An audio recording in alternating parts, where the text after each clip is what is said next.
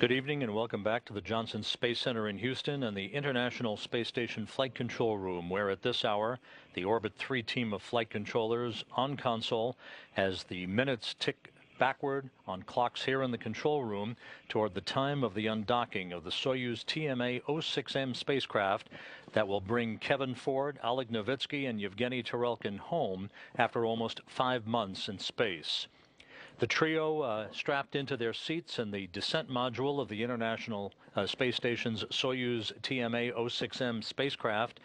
They were all suited up several hours ago, strapped into their respective seats. Novitsky, the Soyuz commander in the center seat, flanked on his left by Yevgeny Tarelkin, the board engineer for tonight's entry and landing. And on Novitsky's right, in the right seat of the descent module, NASA's Kevin Ford, who has served as the Expedition 34 commander.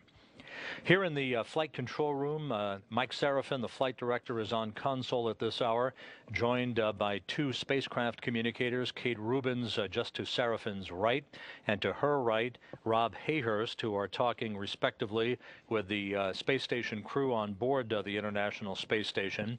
Once Ford, Tarelkin, and Novitsky undock their Soyuz vehicle from the Poisk module on the space-facing side of the Zvezda service module, just 26 minutes from now, that will leave behind the 3 Expedition 35 crew members and the formal beginning of Expedition 35, led by Canadian Space Agency astronaut Chris Hadfield, the new commander of the International Space Station, seen on your right, joined in the center by Roman Romanenko, and on the left, NASA's Tom Marshburn. They will remain as a 3-man crew aboard the station for the next 2 weeks until they are joined by 3 new crew members who will launch from the Baikonur Cosmodrome in Kazakhstan in the wee hours of March 29th Baikonur time. That will comprise Pavel Vinogradov in the middle, Alexander Mazurkin on your right, and NASA's Chris Cassidy on your left. Let's get off players.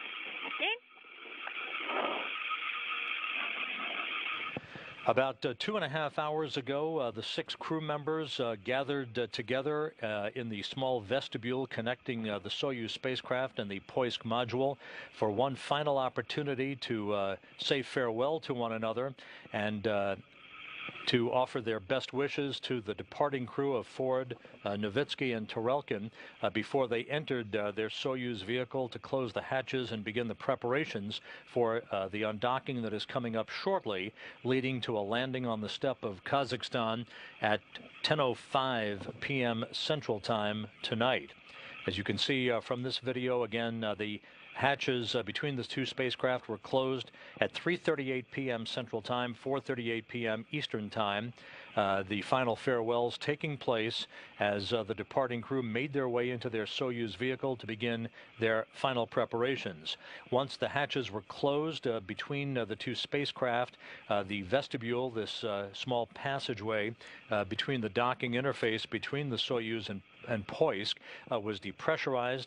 Leak checks got underway almost immediately. The crew then received approval from Russian flight controllers at the Russian Mission Control Center in Korolyov outside Moscow to don their Russian Sokol launch and entry suits. That took about 40 minutes to complete. They then strapped themselves into their respective seats in the descent module, the centermost section of the 3-compartment Soyuz vehicle. They strapped themselves in with Tarelkin on the left seat, Novitsky in the center, and Ford on the right.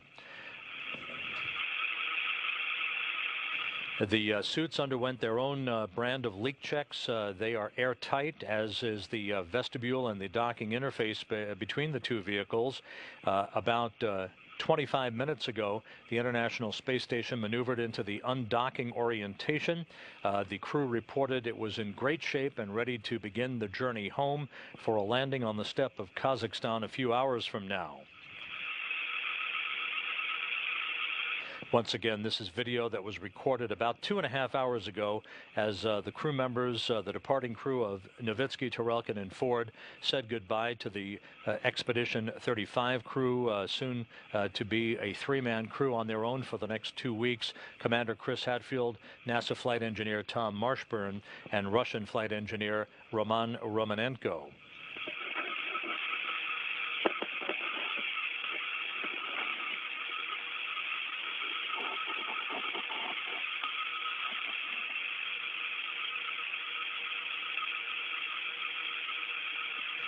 There were final pictures taken, as you can see.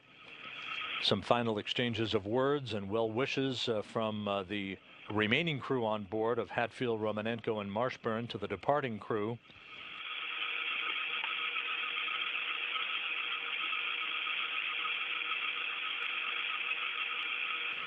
The crew entering the Soyuz, in fact, enters into what is known as the orbital module, the uppermost compartment of the Soyuz that contains the facilities and some legroom for the crew members to stretch out a bit, as well as the forward docking mechanism that will be powered up just a short time before the undocking here, that's coming up in just 22 minutes.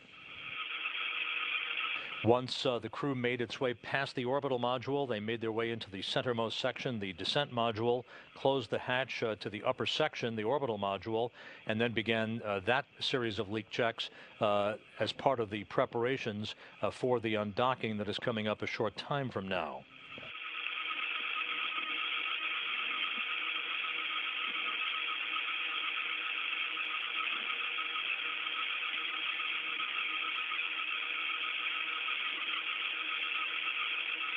As we watch the replay of the farewells and hatch closure that took place 2.5 hours ago, the International Space Station is currently flying 254 statute miles above the Earth, moving just off the eastern coast of Africa in an orbit inclined 51.6 degrees to either side of the equator, moving from southwest to northeast. And now you can see the closing of the hatches as Romanenko was assisted by his crewmate, Tom Marshburn, in closing the hatch. And as we said, that ensued a series of leak checks and suit checks as the departing Soyuz crew climbed into their Sokol launch and entry suits and made their way into the descent module to strap themselves into their seats. Over the past 2.5 hours, communications checks and systems checks have been conducted. Everything has been found to be in good shape with the Soyuz vehicle in preparation for its return to Earth. The crew in a very upbeat and jovial mood, often catnapping at times, relaxing and getting ready for the high-speed return to Earth that will result in a touchdown on the steppe of Kazakhstan, about 36 statute miles to the northeast of the remote town of Arkelik at 10:05 p.m. Central Time this evening.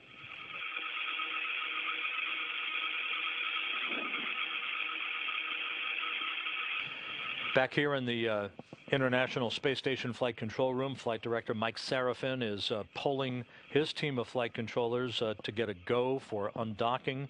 He will tag up a short time from now with his Russian shift flight director counterpart at the Russian Mission Control Center in Korolyov, outside of Moscow.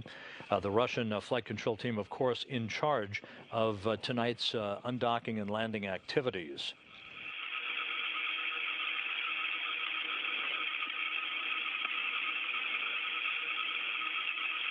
The Soyuz will be flying free under the call sign of Kazbek. That's the name chosen by Soyuz Commander Oleg Novitsky, the name of one of the major mountains of the Caucasus, that mountain range located between the Black Sea and the Caspian Sea. The Soyuz commander always selects a call sign for the launch to docking phase and the undocking to landing phase of a mission in orbit.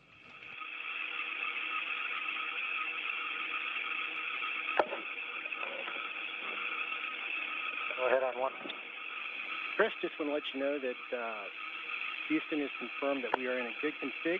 We are expecting an on-time undock, and just wanted to get confirmation that you guys are ready for undocking.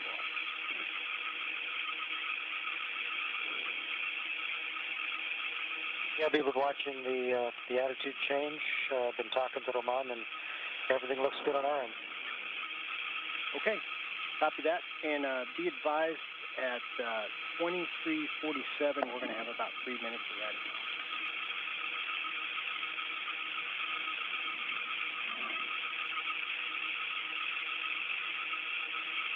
You said 3 minutes of bad comm?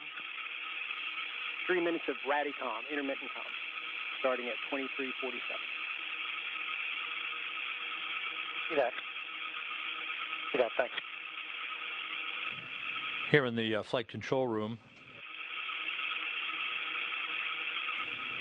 Spacecraft communicator Rob Hayhurst talking to Station Commander Chris Hadfield, letting him know that everything is in readiness for undocking, and confirming that from his end, on the station side of the complex, that everything in fact is also in tandem and ready to support undocking just 17 minutes from now.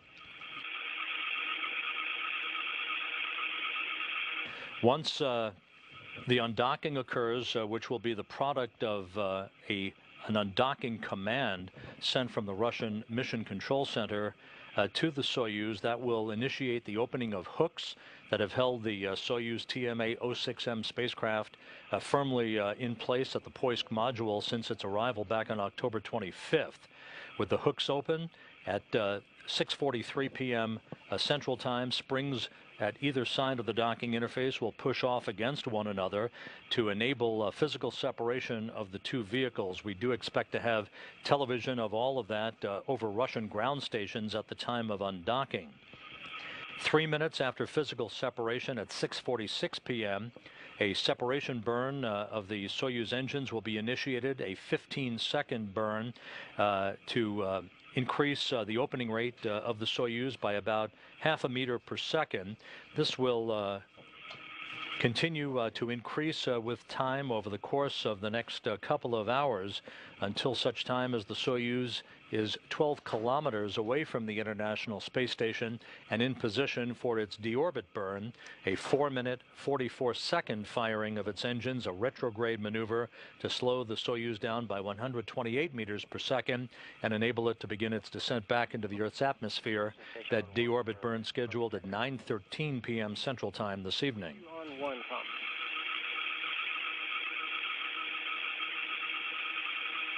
Yeah, question about steps 3.5 and 3.6. 3.5. Tom Marshburn aboard the International Space Station talking to Capcom Rob Hayhurst here in Mission Control on some housekeeping duties. Getting back to tonight's landing activities, at the time of landing, Ford, Nowitzki, and Tarelkin will have spent 144 days in space since their launch from the Baikonur Cosmodrome in Kazakhstan last October 23rd. They will have spent 142 days aboard the International Space Station. Ford will have logged 158 days in space on his 2 flights. That includes 14 days as the pilot of the shuttle Discovery on the STS-128 mission that went to the International Space Station on an assembly and logistics flight in August and September of 2009. Nowitzki and Tarelkin, of course, wrapping up their first flight into space and 144 days in orbit. In all, this trio will have orbited the Earth 2,304 times since their launch, traveling 60,998,150 statute miles, just shy of 61 million miles traveled in their 144 days in space. Yes.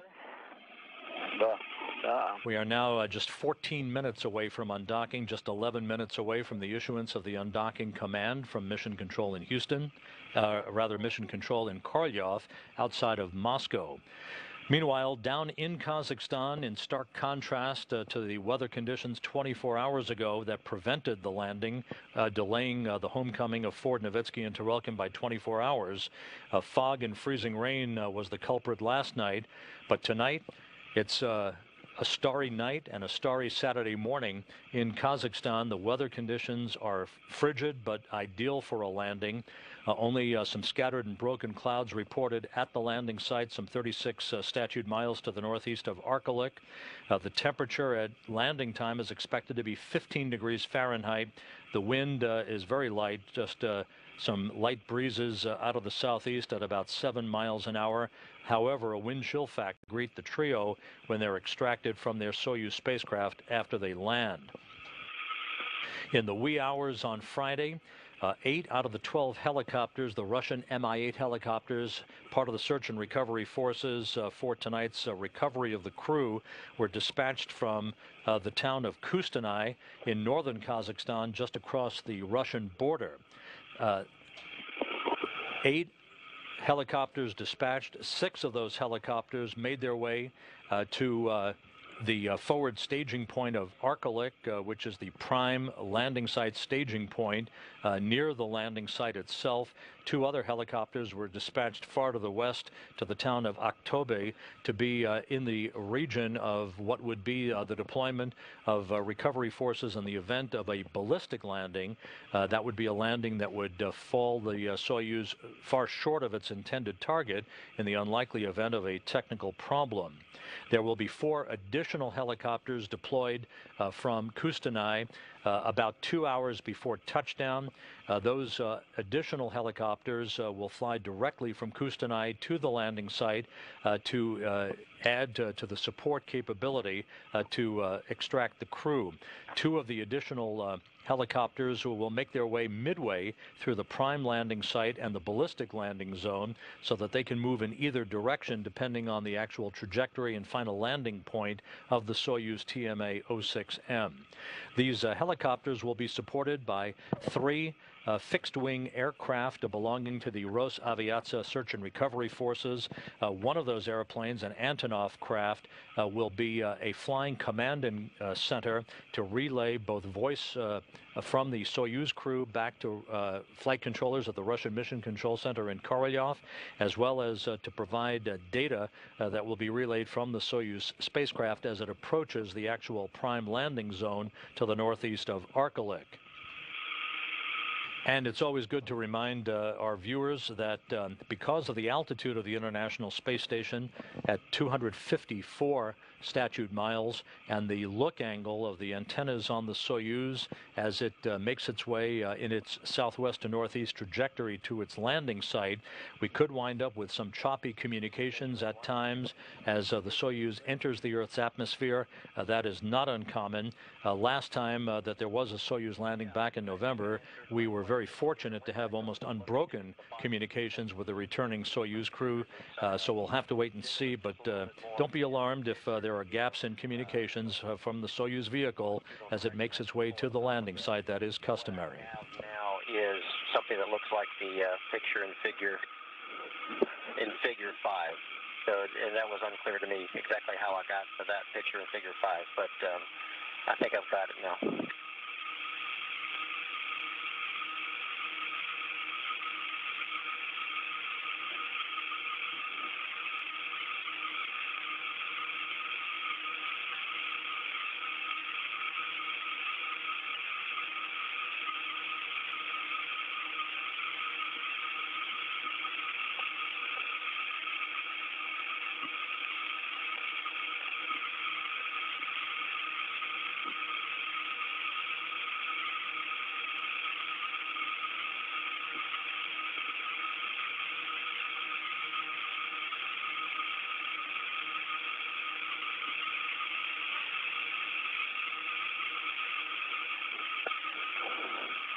It's louder. A little bit louder? Yeah, long chair. At the maximum? Maximum. Okay. Спасибо. Тут Москва, МКС. Moscow Station in UKV for Kazbek. Go ahead.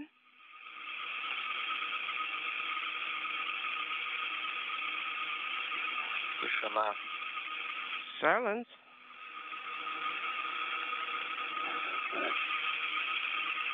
Как слышите меня? Okay, we'll be sending it in 1 minute. Сейчас слышу хорошо. Right now, I copy you loud and clear. How was? Хорошо слышно. Loud and clear, too.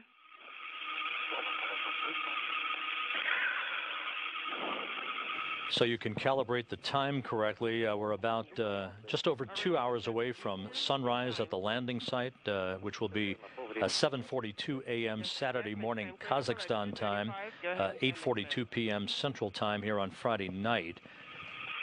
The choreography of the deployment of the helicopters now would call for the 4 remaining helicopters which are still in Kustanai, which is the main staging city for landing operations for tonight's return of the Expedition 34 crew. They will be airborne about 2 hours before landing. It is about a 2-hour helicopter ride from Kustanai to the landing site, so they'll be arriving right around the time of the touchdown of the Soyuz. The helicopters pre-staged in Arkalyk in the wee hours Thursday morning will be deployed about 30 minutes before touchdown, and all of those helicopters will be joined up 8 prime helicopters at the prime landing site, flying in a racetrack pattern around the landing zone to await the arrival of the Soyuz under its main chute. Display plus TV command sent. Format 42 confirmed. Working page 95.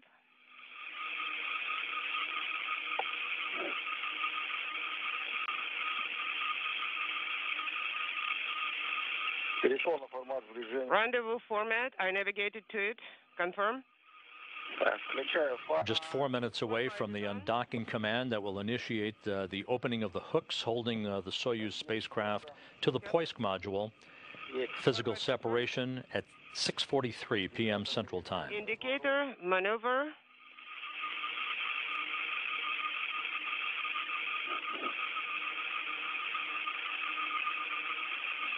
R1 sent. Copy. R8. R8 sent.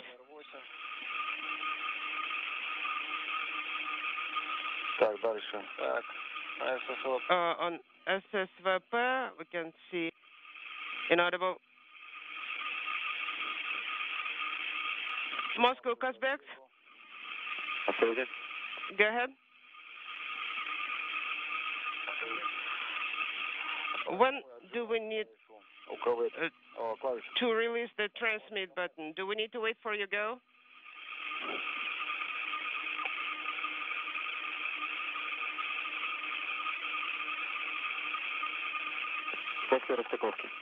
After separation. Copy. Immediately after separation, we'll release the transmit button. D2 is on. D16 is not on.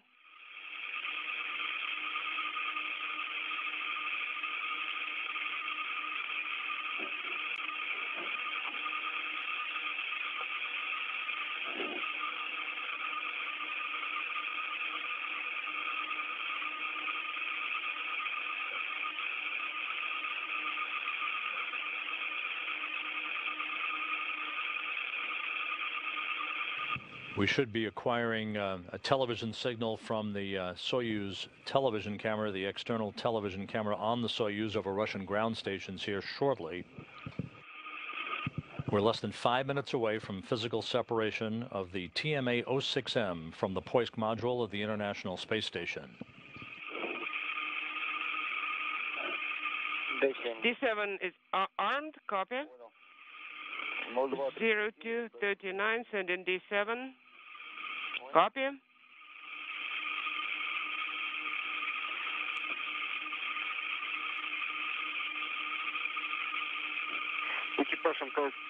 ISS Moscow, Energy 2 for Roman. Roman, you are go to turn the recording off.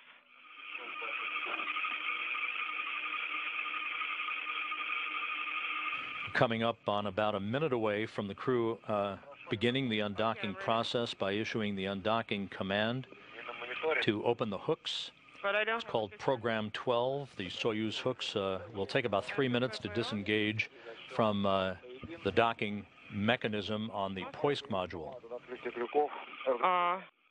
Are you given the docking mechanism now powered up on the Soyuz vehicle. Everything in readiness for the departure of Ford, Novitsky, and Tarelkin.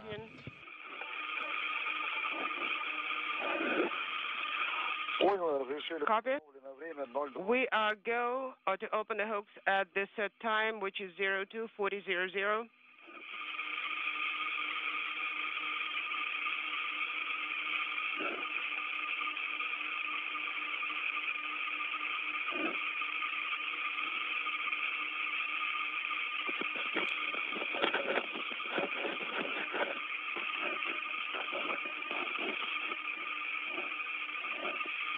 And the video over Russian ground stations now locking up as we prepare for the departure of the Soyuz vehicle.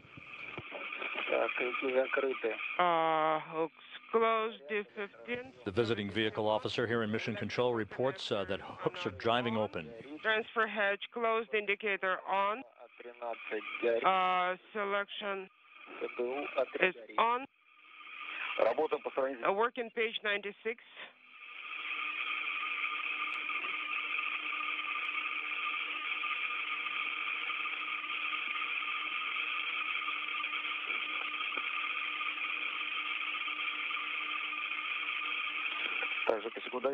Okay, make sure the timer is ready. It's ready. Inaudible. Go ahead.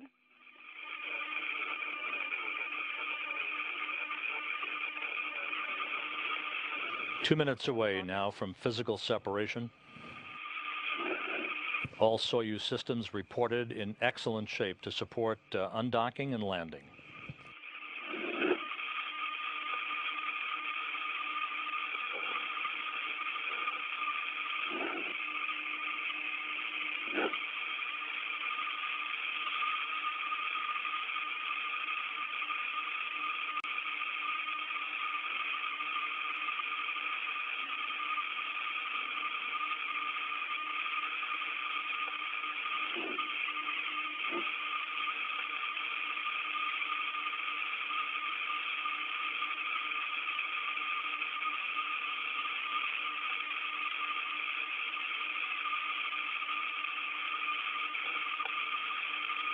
The International Space Station now flying 254 statute miles over Mongolia.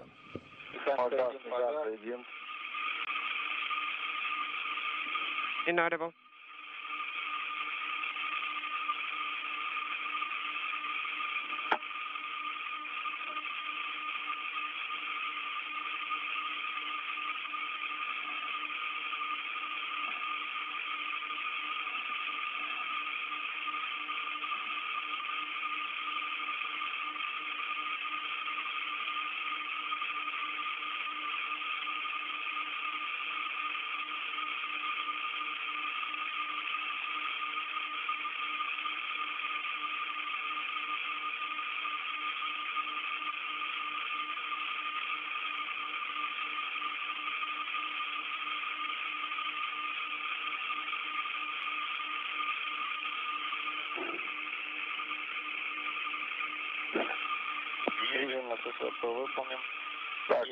Okay, the capture is no LED, is no... Physical separation confirmed at 6:43 p.m. Central Time over northeastern Mongolia. Indicator LED is off and combined GSO is confirmed.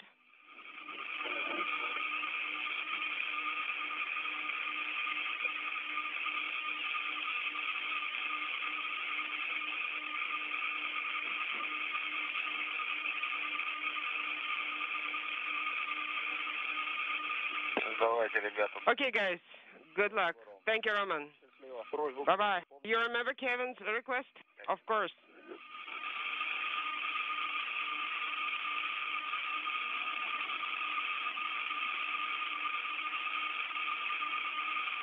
Ford, Nowitzki, Turelkin 1 minute elapsed. departing the facility that has been their home for the past 5 months. Docking port is clear, no foreign object.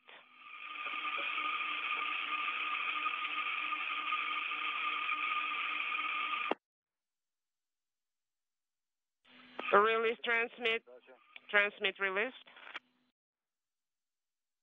The Soyuz crew reporting that the docking interface at the Poisk module is clean, free of debris.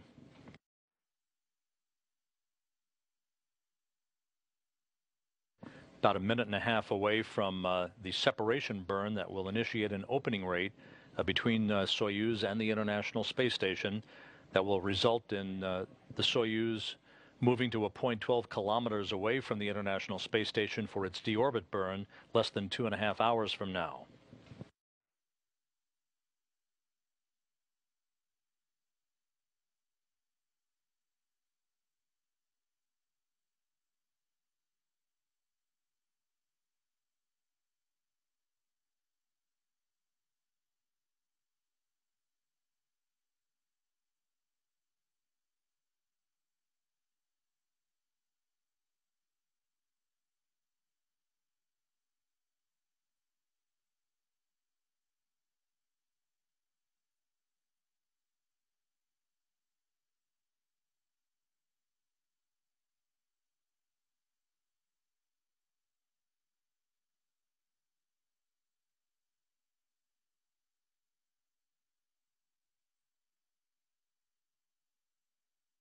About 15 seconds away from the separation burn. This will be a 15-second firing of 2 of the thrusters on the Soyuz. Depot firing confirmed. And the sep burn is underway. Separation burn being conducted.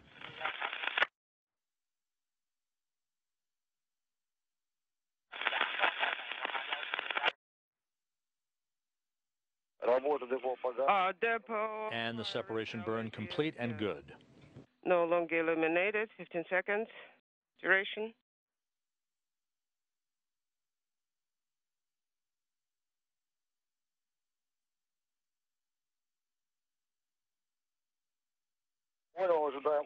Standing by for ODR via KRL at 0247.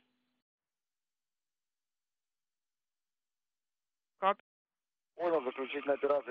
Copy, close out operations on MCC go.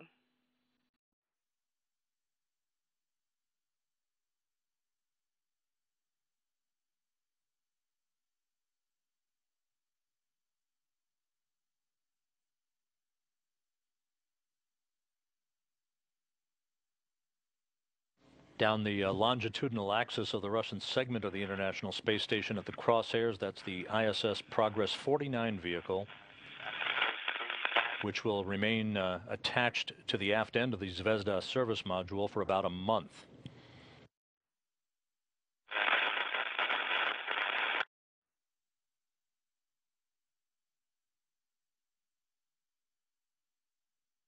Soyuz Commander Oleg Novitsky with the call sign of Kazbek Are off. Accelerometer will now on either.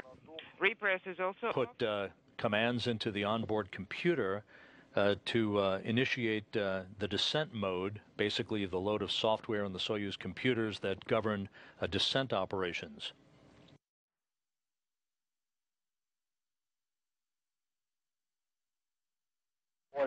copy. Closeout ops are in work per page 97. Copy, standing by.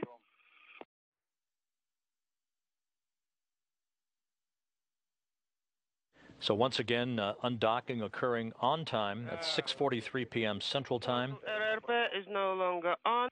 As the International Space Station and the Soyuz TMA-06M spacecraft pass 254 statute miles over northeastern Mongolia.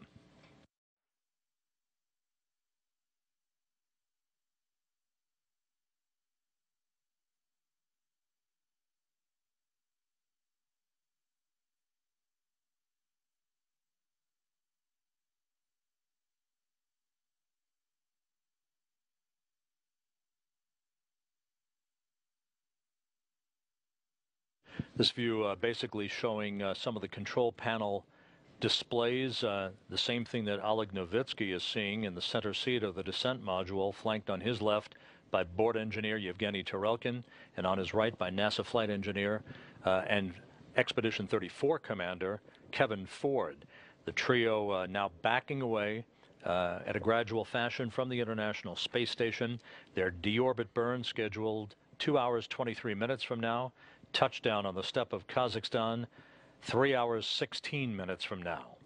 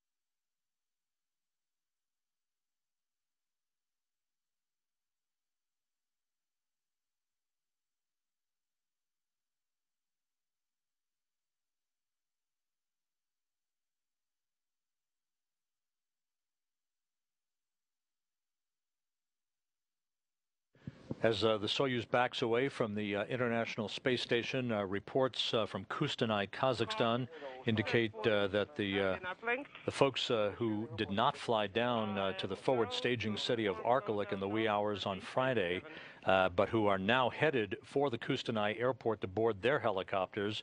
And again, they will be taking off at about 8:05 p.m. Central Time, some hour and 15 minutes from now, for the 2-hour flight down to the landing site to join other helicopters already pre-staged in Arkelik to form a racetrack pattern around the landing zone and greet the returning Soyuz vehicle and its 3 crew members.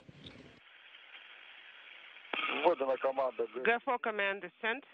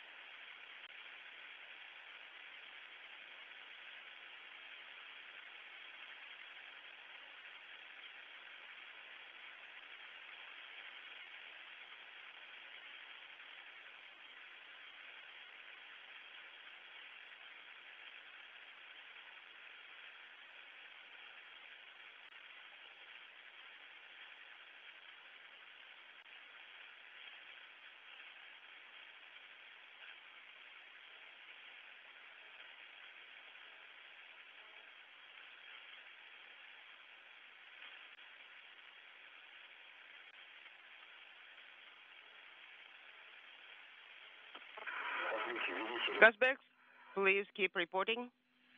This is Mission Control Houston. As the Soyuz vehicle continues to move away from the International Space Station, this radar image shows the current conditions at the landing site in central Kazakhstan. The circle representing the landing target for the Soyuz TMA-06M.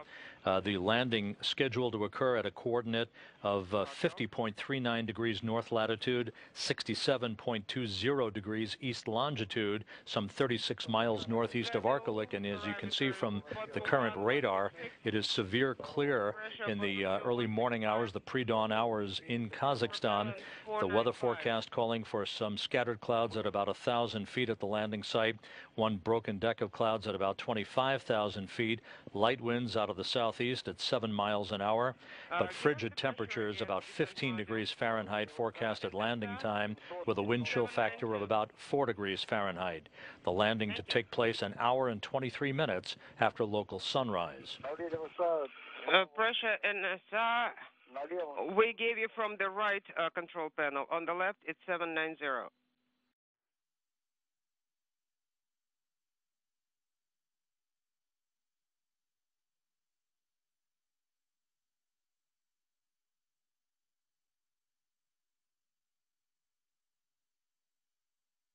Please repeat your last statement. What are you talking about for the next compass? We'll be ready. Now back with a view from the balcony camera overlooking the space station flight control room at the Russian Mission Control Center in Korolyov outside Moscow. Those folks in control of tonight's operation. The Russian search and recovery forces are poised to deploy from various locations to descend on the landing site to the northeast of Arkelik. Most of those recovery forces spent the night, their time, during the day, U.S. time, in Arkelik at a hotel. They will be making their way to the Arkelik airstrip to board their respective helicopters for about a 30-minute flight to the landing site, while the remaining search and recovery team members will depart Kustanay in about an hour and 10 minutes or so for a 2-hour flight down to the landing site to join their other search and recovery force colleagues. The NASA delegation for the landing team in Kazakhstan this evening, Saturday morning Kazakhstan time, is led by Mike Serber, who's the Director of Human Spaceflight Operations in Russia. He is joined by the Deputy International Space Station Program Manager for Utilization, Joel Montalbano, the Chief Astronaut for NASA's Astronaut Office, Bob Bankin. There is a team of flight surgeons obviously involved. The lead flight surgeon for Kevin Ford is Dr. Dave Alexander. They are also joined by NASA Public Affairs Officer Josh Byerly and NASA's chief photographer out of NASA headquarters, Bill Ingalls.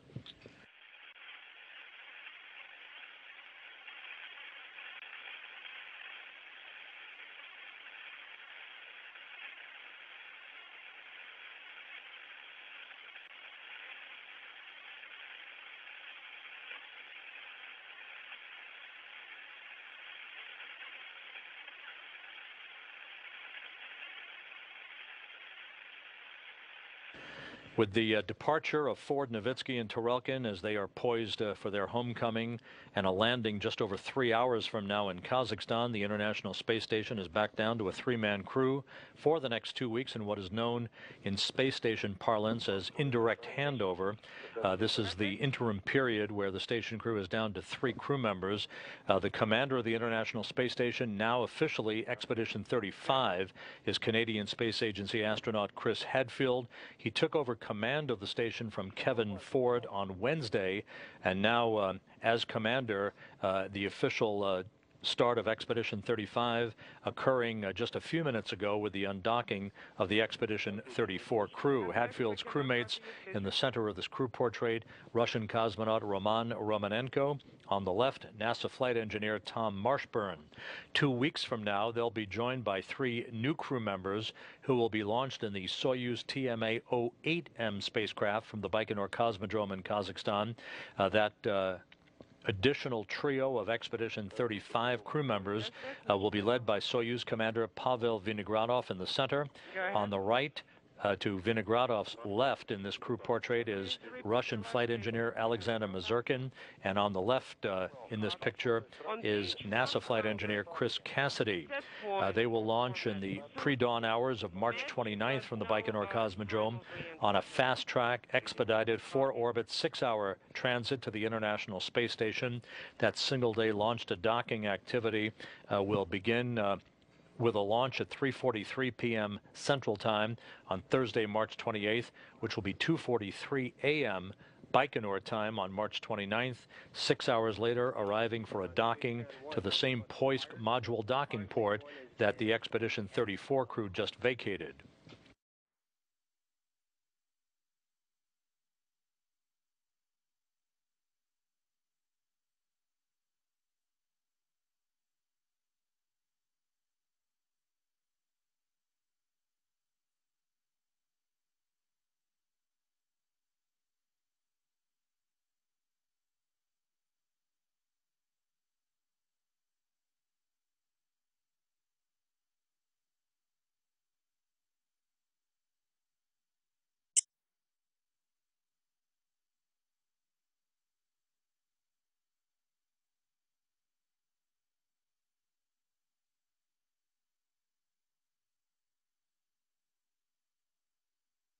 Казбек, on the next orbit, we'll upload the set points and turn on the accelerometer activation. Okay. So, and atmospheric pressure will be given later, right? Yes. That will be closer to the descent. We'll give you the latest data by then. Copy all. So we're done with page 100. Go into page 102. Все верно. Affirmative. Ну, где-то у вас час есть. Well, you have about 1 hour, guys, to catch your breath. Go ahead and relax. Понял. Copy.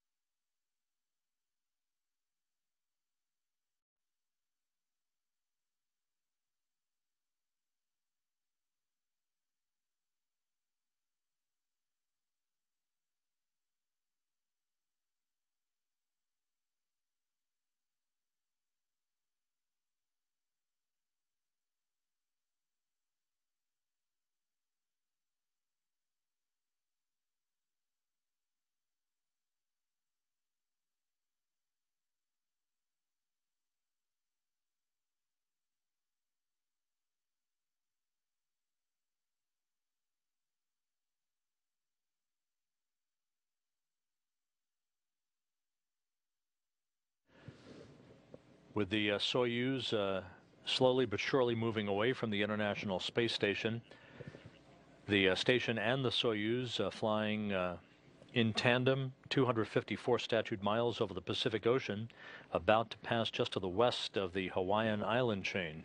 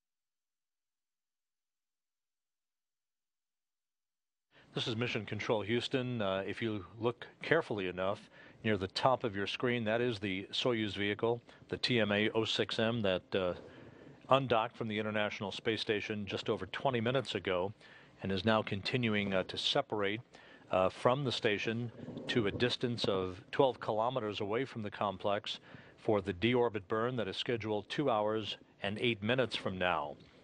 The two spacecraft just flying to the south of Hawaii, moving from northwest to southeast in an orbit inclined 51.6 degrees to either side of the equator.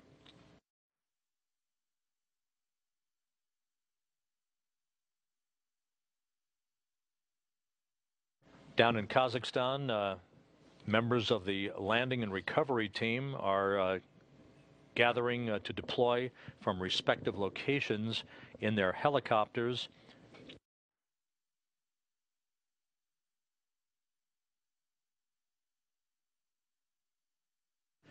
Helicopters belonging to the Rosaviatsia search and recovery forces will be deploying from Arkalyk, where they pre-staged in the early morning hours U.S. time on Friday for a 30-minute flight to the landing site. It's all back-timed so that all of the helicopters for the prime landing site are in the same location in a racetrack pattern around the landing zone at the time that the Soyuz is making its final descent under its main chute. 4 additional helicopters will fly out of Kustanai in about an hour or 2 hours before touchdown for the 2-hour helicopter flight to the landing zone. 2 helicopters will be pre-positioned midway between the nominal landing site and the ballistic landing site. That ballistic landing site would be employed in the unlikely event a problem occurred during the Soyuz's descent that would result in its landing short of its intended target. There are additional helicopters in the remote town of Aktobe, which is to the far west, actually to the northwest of the ballistic landing zone, that would also be pre-positioned in the event the Soyuz fell far short of its intended target. However, all of the Soyuz systems are operating in excellent shape as it drifts away from the International Space Station to a position some 12 kilometers from the complex. Again, if you look carefully enough, almost at the very top of your screen, moving in and out of cloud patterns is the Soyuz spacecraft that undocked from the International Space Station about 25 minutes ago.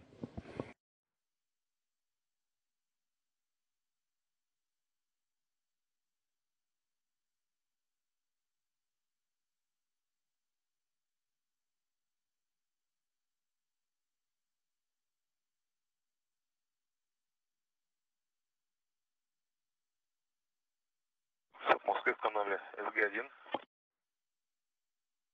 На связи, Рома. Ну, все нормализовалось, штатная конфигурация связи. Да, в сегменте, и вас слышно тоже хорошо. У меня тут уже как бы картинка, запись все идет, а картинка ненормальная какая-то. На вьювере и на Инпоу-2. У меня следующая процедура по расписанию, по 24-й форме, это реконфигурация, значит, перевод МИН-2 КВД в положение закрыто. И далее остановка приложения NASA Impact-2 Viewer. В принципе, уже можно делать заключительные операции по остановке приложения, я так понимаю. Картинки уже нет. Yes, Roman. Well, let's do it in sequence. Let me find out what the situation with the pressure equalization valve. You can go ahead and transition it in audible speaking at the same time. Yes, I'm waiting for your recommendation. You can go ahead and close the pressure equalization valve. And while you're doing it, I'm going to find out what to do with the viewer. And I'm going to let you know in audible speaking at the same time. And then we're going to talk. All right, copy. Copy.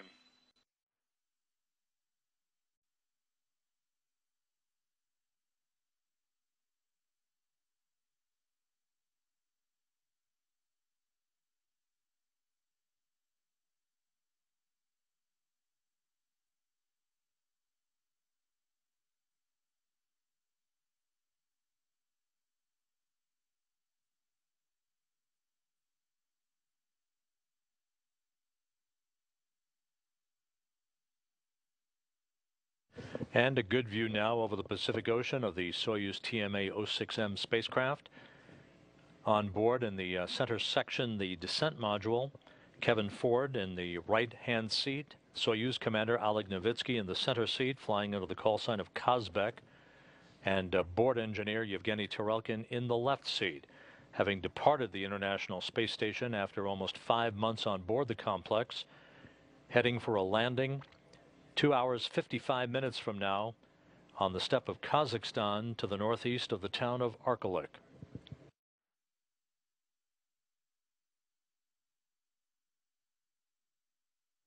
Only the center section of the Soyuz returns to Earth.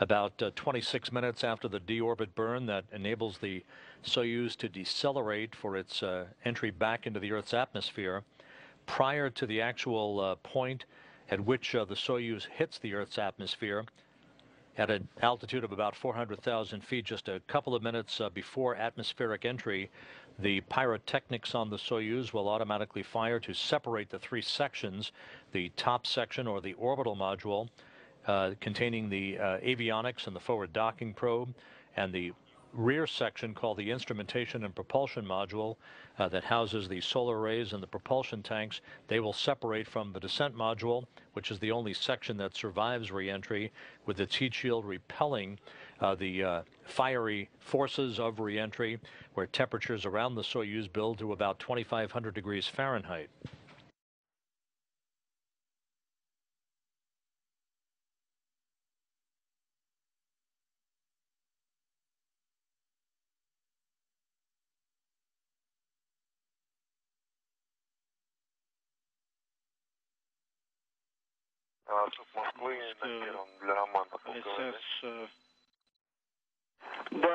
One regarding the pressure equalization valve. Yes, go ahead, Roman. The cavity Esotica is in the closed configuration now. It's Esotica, that's not MRM2. Ну, в общем-то, принято. Ром, ну, значит, заключительные операции по NViewer можно выполнять. Последовательно по радиограмме 18-17. Radiogram 18-17, steps 3, 4, 5. Подготовить файлы для сброса. Prepare files for downlink to the ground on the RCA. And if possible, the files of the interface and the ZPL will also need to be downloaded.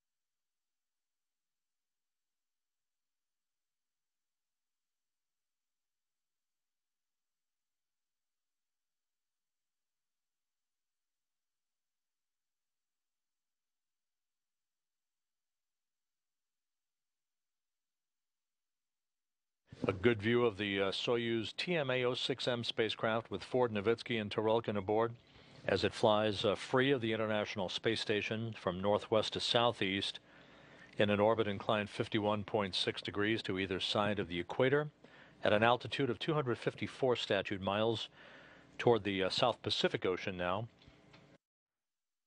The deorbit burn that will begin the journey home for the trio, less than 2 hours away.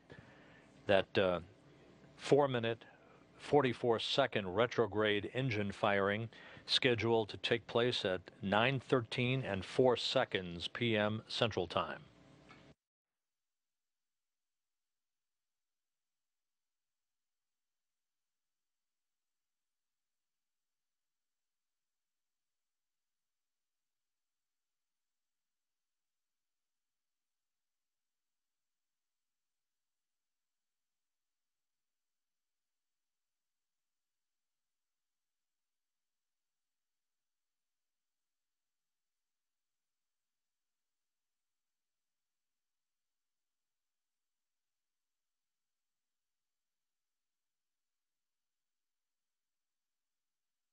And once again, for time reference, we're about an hour and a half away from sunrise at the landing site.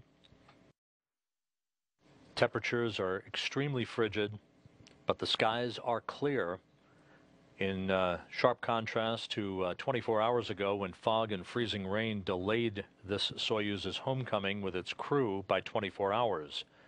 Again, the weather forecast at landing time calls for scattered clouds at 1,000 feet, a deck of broken clouds at about 25,000 feet, light winds out of the southeast at about 7 miles an hour.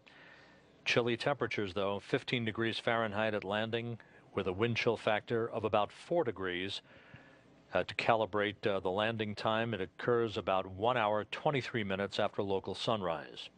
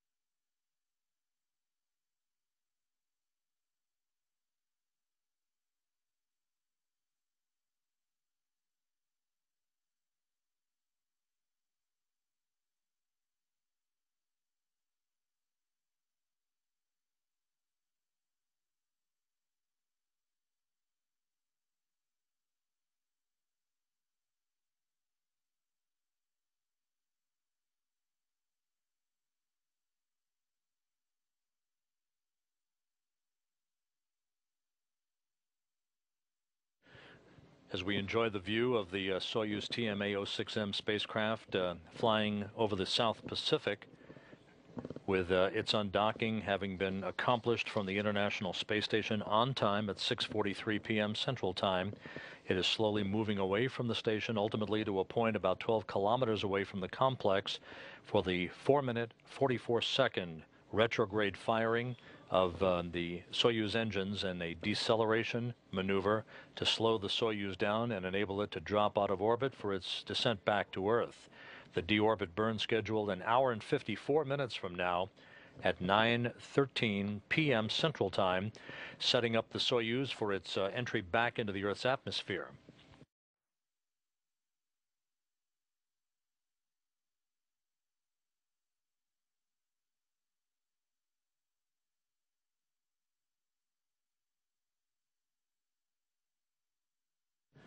This animation shows the events yet to unfold. Again, that deorbit burn scheduled at 9:13 p.m. Central Time, 4-minute, 44-second firing of the Soyuz's engines to enable it to separate, to move into the Earth's atmosphere. First, the module separation that will occur at 9:40 p.m. Central Time. The descent module, the only section of the Soyuz to remain in a position to return to Earth with the crew on board. It will hit the first traces of the Earth's atmosphere at 9:42 p.m. Central Time, and then the command to open chutes at 9:51 p.m. Central Time. First, a massive drogue chute that will be deployed, followed by the deployment of the main chute. The Soyuz canted to burn off the excess energy on its way for entry guidance toward the landing site. The soft landing engines to fire just a few seconds off the ground at the on the steppe of Kazakhstan at the landing site, with landing scheduled at 10:05 p.m. Central Time to bring to an end Expedition 34 after 144 days in space, 142 days for the crew aboard the International Space Station. Once it has touched down on the steppe of Kazakhstan, the search and recovery forces will begin to make their way for the landing of Russian Mi-8 helicopters from the search and recovery forces that will gather a couple of hundred yards away from the spacecraft itself. One of those helicopters containing RSC Energia personnel that will erect a inflatable medical tent nearby, in which the crew will be carried in their reclining chairs that will be placed outside of the capsule, and they'll be placed in to enable them an opportunity to acclimate themselves to Earth's gravity for the first time in almost 5 months. Because of the very frigid temperatures outside in Kazakhstan in the Saturday morning hours local time, the crew probably will not spend a great deal of time in those reclining chairs. They'll be bundled up and hoisted in their chairs and carried toward the medical tent, within which they will remove their Sokol launch and entry suits, climb into more comfortable flight clothing, and get inside all-terrain vehicles to be driven back to respective helicopters, 3 helicopters waiting nearby for the 2-hour flight back to the airport in Kustanai, where they'll split up, say goodbye to one another for the time being. Kevin Ford to board a NASA plane that is waiting at the Kustanai airport. Novitsky and Torelkin to board a Gagarin Cosmonaut Training Center aircraft for the flight back to Chkalovsky Airfield outside of their training base and home in Star City, Russia, outside of Moscow. And tomorrow, wasting no time, the next trio of crew members to be launched to the International Space Station, Pavel Vinogradov, Alexander Mazurkin, and Chris Cassidy, will be flown from Star City down to the Baikonur Cosmodrome in Kazakhstan for their final 2 weeks of training that will begin with a fit check, essentially a dress rehearsal as they're suited up in their Sokol launch and entry suits in the integration facility at the Baikonur Cosmodrome in Kazakhstan, where their Soyuz vehicle is undergoing final processing.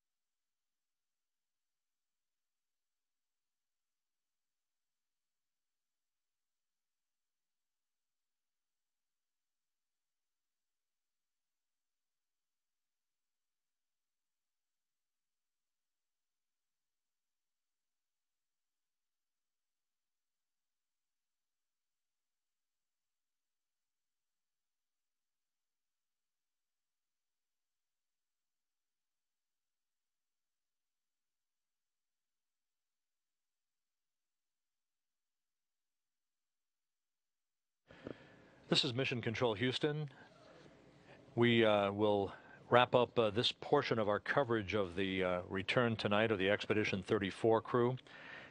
Just to recap, the crew said farewell to one another. The three departing crew members had an opportunity to say their final farewells to the remaining crew on board the station. Ford, Novitsky, and Tarelkin made their way inside their Soyuz spacecraft, closed the hatch, conducted leak checks, donned their Sokol launch and entry suits, and at 6:43 p.m. Central Time, a little less than an hour ago, they undocked from the Poisk module on the space-facing side of the Zvezda service module of the Russian segment of the International Space Station, undocking occurring on time at 6:43 p.m. Central Time over northeastern Mongolia. 3 minutes after undocking, the Soyuz was commanded to a 15-second separation burn to initiate an opening rate for the Soyuz from the International Space Station that will result in the Soyuz winding up at a point 12 kilometers away from the station for the deorbit burn yet to come an hour and 48 minutes from now that will begin the trek home for Ford, Novitsky, and Tarelkin. The deorbit burn will begin at 9:13 p.m. Central Time, a 4-minute, 44-second deceleration of the Soyuz, basically a braking maneuver to enable it to drop out of orbit for its descent back into the Earth's atmosphere. Some 23 minutes or so after the deorbit burn is complete, the three sections of the Soyuz vehicle will separate pyrotechnically. The descent module, the center section of the three-section Soyuz spacecraft, in which the crew is housed, strapped into their seats, with Evgeny Tarelkin in the left seat, Soyuz Commander Oleg Novitsky in the center seat, and NASA's Kevin Ford in the right seat. That descent module will begin to make its way towards atmospheric entry at 9:42 p.m. Central Time. G-loads will reach their maximum peak of about 3 to 4 Gs on the crew members at 9:49 p.m. Central Time.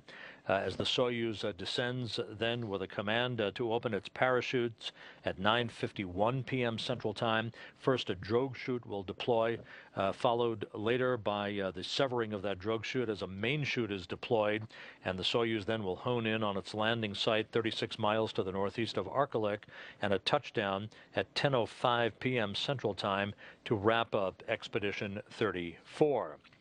A phalanx of helicopters in the process of preparing to deploy from both Kustanai and Arkelik. Other helicopters downrange at the ballistic landing site to the southwest of the primary landing site in the unlikely event the Soyuz encounters a problem that would result in its falling short of its intended target. But the prime helicopters associated with the search and recovery forces for the Russian Rosaviatsia search and recovery team will be flying in the neighborhood of the prime landing site, ready to support recovery operations once the Soyuz touches down. For all of that, we'll be back on the air in an hour and 20 minutes from now at 8:45 p.m. Central Time, ready to bring you our deorbit and landing coverage on NASA television. Again, 8:45 p.m., 9:45 Eastern Time for deorbit and landing coverage as the Expedition 34 crew prepares to end its mission and return to Earth on the steppe of Kazakhstan. For now, we'll wrap it up. We'll see you shortly. This is Mission Control Houston.